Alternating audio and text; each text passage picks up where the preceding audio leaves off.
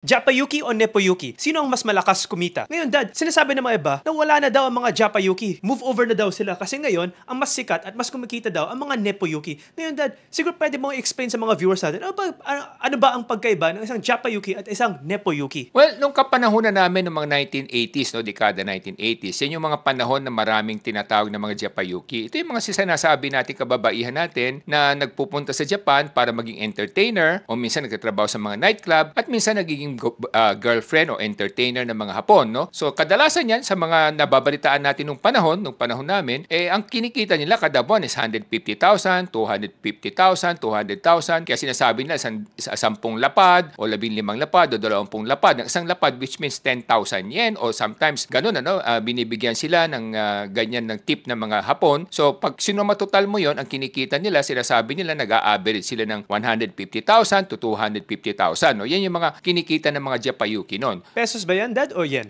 Pesos na yan. No? Pesos na yan. So, converted na yun. Yung pag lapad, ibig sabihin 10,000 yen yun. So, sa pera ngayon, pag kinonvert mo yun, siyempre lumalabas around mga 4,000 o 5,000 pesos yata ang isang lapad. No? So, pero nung panahon, siyempre iba din yung exchange rate. No? So, kaya nga, pero on the average, 150,000 pesos to 250,000 pesos ang kinikita nila sa isang buwan. No? So, depende kung meron silang boyfriend na Hapon, mas mataas pa ng kaunti yung kinikita nila kasi meron silang mga extra na suporta, no? Pero pag sa nightclub lang sila, either dancer, entertainer, or yung sinasabi nilang parang hosto o hostess, ganyan, ang kinikita nila more or less mga 200, 150, ganyan, no? Sa mga tips, no? So pagkatapos nung dekada 1990s na, medyo nag-iba naman yung takbo na, no?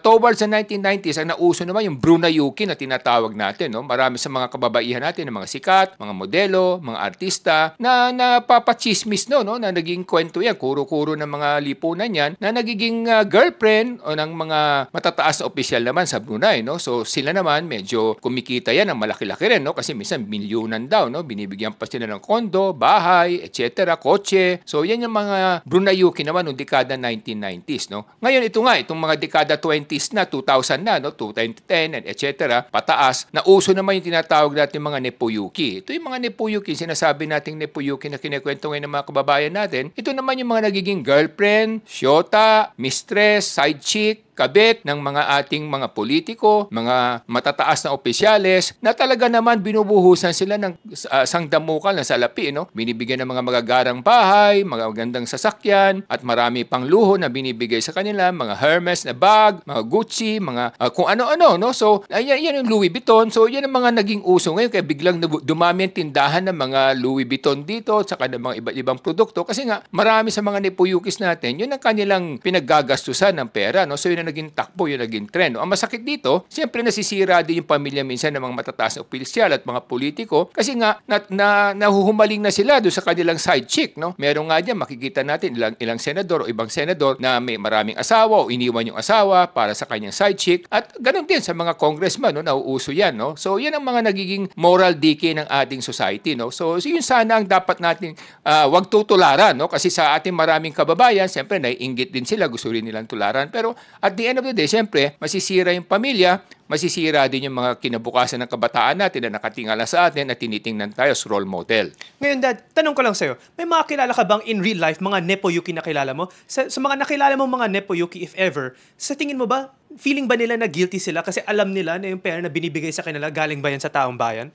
Well, kasi hindi naman nila, kadalasan, no, sa aking mga nakakapanayam, no, without mentioning names, no, siyempre sa tingin naman nila, hindi naman nila alam kung saan galing yung pera. Akala nila talagang mahusay lang kumita ng pera yung kanilang mga kalaguyo o kanilang boyfriend. So, hindi naman nila alam yun, no? Kasi kadalasan sa mga to, mga bata pa rin, no?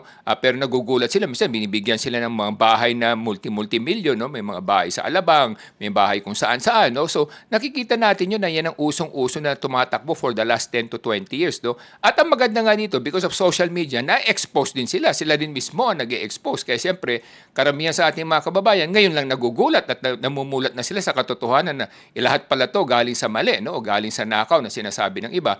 So yun ang nagiging dahilan kaya nagkakaroon ng moral decay na sinasabi natin. Yung moral transformation ng bayan natin ay iba na parang yung iba nga naririnig pa natin, ibang artista na nagpapahanap pa ng ihanap daw siya ng papasa, no, na parang sa ganun maging nepuyuki din siya. So this is what's going on, no? And this is started, lahat to nagsimula dahil nga sa mga katiwalian sa ating pamahalaan, mga pandarambong that were left unchecked, and because of that nagkaroon ng excesses. Yung excesses na yun nag-flow over sa maling tinatahak na landas. So Dad, sinasabi mo na cycle lang to, na hindi dapat magkakaroon ng nepuyuki kung wala sana mga corrupt na congressman, senador at mga official ng mga DPWH, etc. Kasi pag kinukuha nila ang pera o buwis ng taong bayan, yun yung ginagamit nila para maka-tempt sa mga inosenteng babae para makuha sila bilang kanilang mga side chick, mga mistress o mga lady of the night. Siguro hindi natin pwede sabing inosente, no? Iba diyan talagang guilty rin naman, no? Alam din naman nila kung ano yung ginagawa nila. Pero merong iba diyan na sana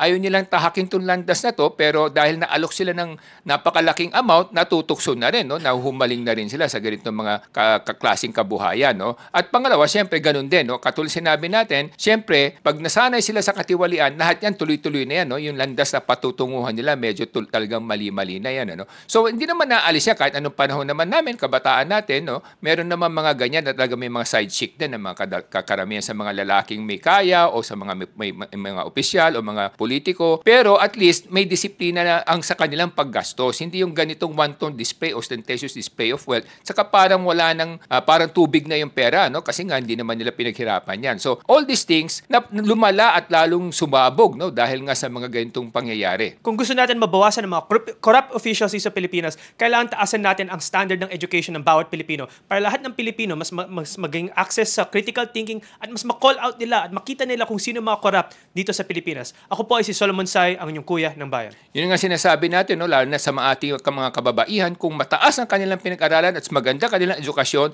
mas mahihirapan sila matukso sa mga ganitong patutunguhan dahil alam nila na itong mga ganito panandalian lamang. At pangalawa, siyempre malalagay din sila sa kapahamakan, lalo na kung mahuhuli sila ng mga misis at ng ibang opisyal o ng lipunan na ginagawa nila ay mali. So dapat nating itaas ang kalidad ng ating edukasyon para mabigyan ng mas magandang kabuhayan ng ating mga kababaihan. Yan lamang po mga kababayan. Ako po si Michael Sai, inyong dad ng bayan.